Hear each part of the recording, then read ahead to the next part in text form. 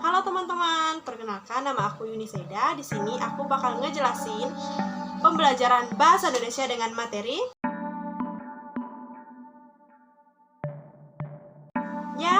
materi teks laporan hasil observasi kelas 7 semester ganjil.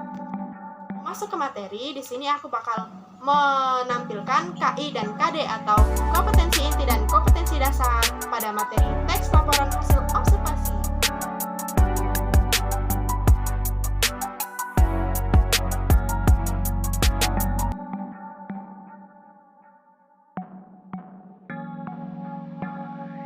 Dan KD yang telah aku ambil tadi diambil dari silabus kelas 7 semester ganjil kurikulum 2013. Nah, setelah memahami KI dan KD yang telah ditampilkan dan dipaparkan, sekarang kita masuk kepada materi.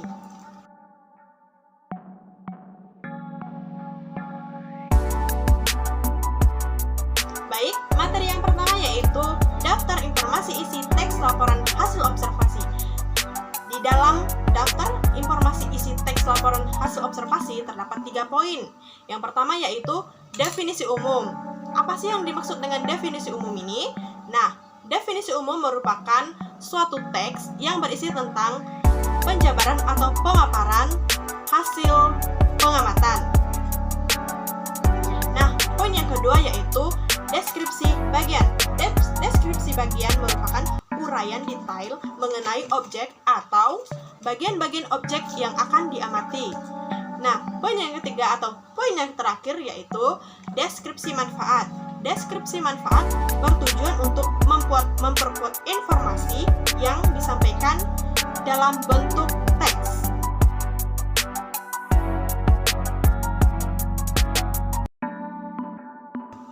Baik, pada materi kedua yang telah ditampilkan yaitu penggunaan bahasa dalam laporan hasil observasi.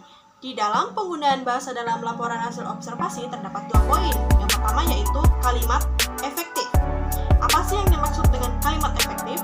Kalimat efektif yaitu menimbulkan gagasan-gagasan pada pendengar atau pembaca, yang dimana di sini pembaca akan menimbulkan atau mendapatkan gagasan-gagasan tentang hasil observasi yang telah mereka dengar atau mereka baca. Pada poin kedua yaitu kalimat baku atau formal, yang dimana kalimat baku atau formal adalah kalimat yang disampaikan sesuai kaidah tata bahasa yang berlaku atau sesuai dengan EYD, ejaan yang disempurnakan dalam bahasa Indonesia.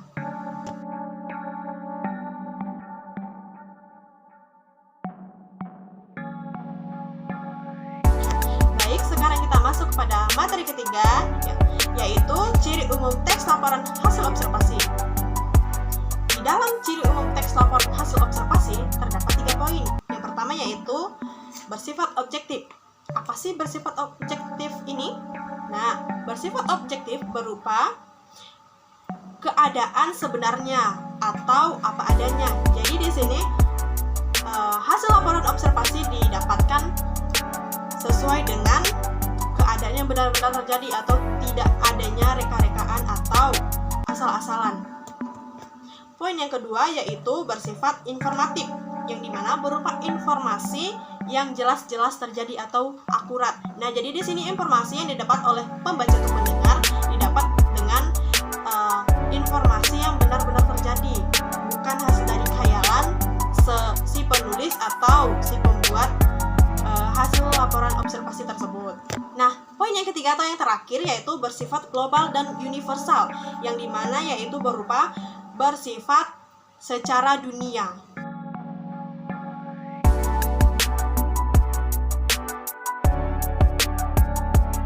Oke, sekarang kita masuk pada materi yang keempat yaitu variasi pola penyajian teks laporan hasil observasi. Di dalam variasi pola penyajian teks laporan hasil observasi terdapat 2 poin. Yang pertama yaitu lokasi pengamatan. Jadi di sini si pengamat atau si peneliti akan memilih lokasi di mana dia akan melakukan observasi tersebut. Yang dimana ini merupakan tahapan awal dari membuat hasil laporan observasi.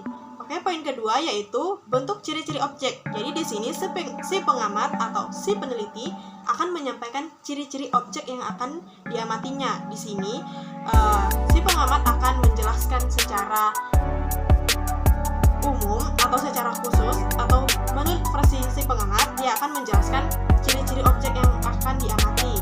Misalnya pada si pengamat akan mengamati pohon kelapa. Di sini si pengamat akan menjelaskan ciri-ciri pohon kelapa tersebut. Baik, di dalam menyusun teks laporan hasil observasi tentunya ada manfaat. Nah, apa sih manfaatnya? Nah, manfaatnya yaitu untuk mengatasi permasalahan, di mana di sini mengatasi permasalahan atau yang biasa disebut dengan mencari solusi dalam permasalahan yang ada. Yang kedua yaitu menemukan teknik baru. Di sini si pengamat akan mendapatkan teknik baru dalam mengamati atau mengobservasi. Dan yang ketiga yaitu belajar mengambil keputusan yang efektif. Yang dimana di sini si pengamat akan belajar mengambil keputusan sesuai dengan bukti-bukti dan data-data yang telah diambil dari hasil observasi tersebut.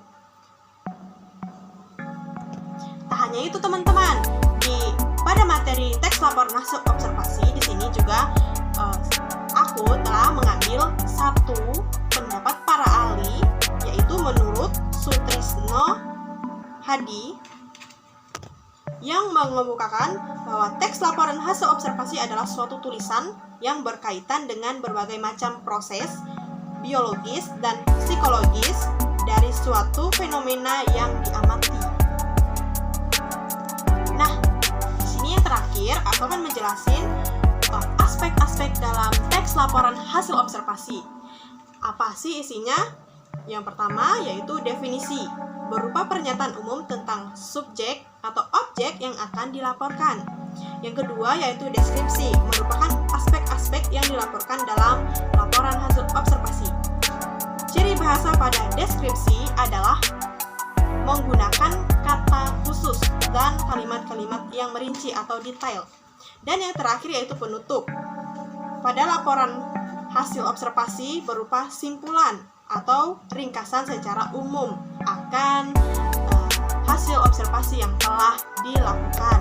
Baik, sekian materi pemaparan dari aku tentang materi teks laporan hasil observasi. Jadi di sini aku bakal menampilkan contoh soal tentang materi yang telah aku sampaikan tadi.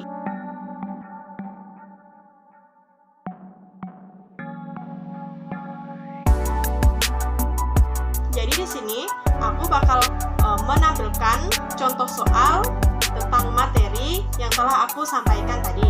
Nah, jadi pada contoh soal yang udah aku tampilin, di situ aku ngasih nilai 25 untuk setiap soal, yang dimana jika soal tersebut dijawab dengan benar semua, dan poinnya akan mendapat 100. Dan jika dalam satu soal itu hanya menjawab setengah, dan nilai yang akan diberikan yaitu 15. Baik, sekian pemaparan dari aku tentang materi teks laporan hasil observasi. Kurang lebihnya aku minta maaf karena aku manusia biasa yang tidak luput dari kesalahan. Sampai jumpa teman-teman di konten aku berikutnya. Bye-bye.